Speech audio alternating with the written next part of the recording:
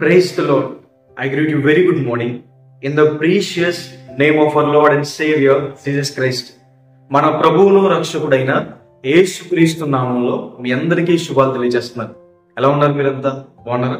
మీకోసం ఎల్లప్పుడూ ప్రార్థన చేస్తున్నాను.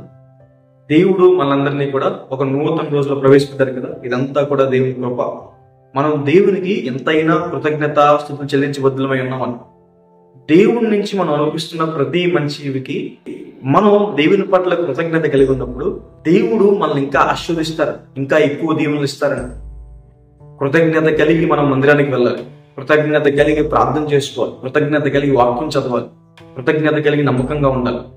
బైబిల్ గ్రంథంలో నుంచి ప్రతిరోజు కూడా ఒక వాగ్దానం ధ్యానం చేస్తున్నాం కదా, ఈ రోజు కూడా ఒక వాగ్దానం ధ్యానం చేద్దాం. చూడండి, బైబిల్ స్మరణంతో ఓపెన్ చేయండి. కీర్తన గ్రంథము 9వ అధ్యాయం 9వ వచనం. నలిగిన వారికి తాను మహాదుర్గమగును. హల్లెలూయా.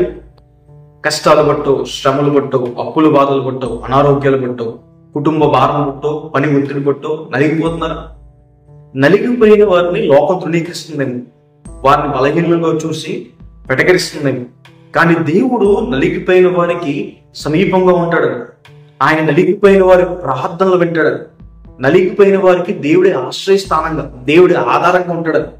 శ్రమల గుండా వెళ్తున్న వారిని మనుషులు ఇంకా ఇంకా శ్రమల గుండా తీసుకెళ్ళాలనుకుంటారేమో, కానీ దేవుడు నలిగిపోతున్న వారిని నిలబెట్టాలనుకుంటాడు, ఆదుకుంటాడు. ఆయన శ్రమల గుండా, కష్టాల గుండా వెళ్తున్న వారిని దేవుడు ఆదరిస్తాడు, తన సహాయాన్ని అందిస్తాడు. యెహోషాపాతు అనే రాజు జీవితంలో 3 దేశపు సైన్యాలు ఒకేసారి ఆయన మీదకి వచ్చినప్పుడు యెహోషాపాతు దేవునిలో ప్రార్థన చేయగా దేవుడు తన సహాయం పంపిస్తాడు.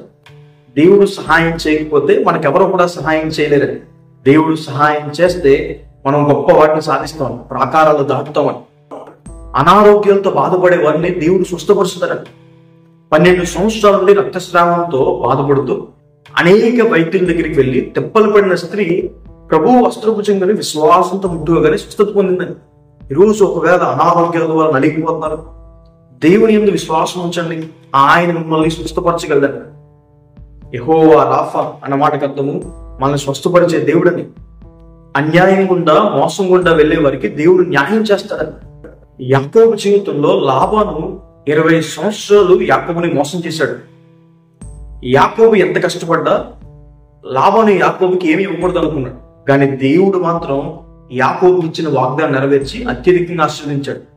ఈరోజు మిమ్మల్ని ఎవరైతే మోసం చేస్తారో వారి పాపం వారిని పట్టుకుంటారు, దేవుడు మిమ్మల్ని మాత్రం ఉన్నతమైన స్థలాల్లో ఉంచుతాడు అని. హల్లెలూయా. పడిపోయిన వారిని దేవుడు లేవనెత్తాడని.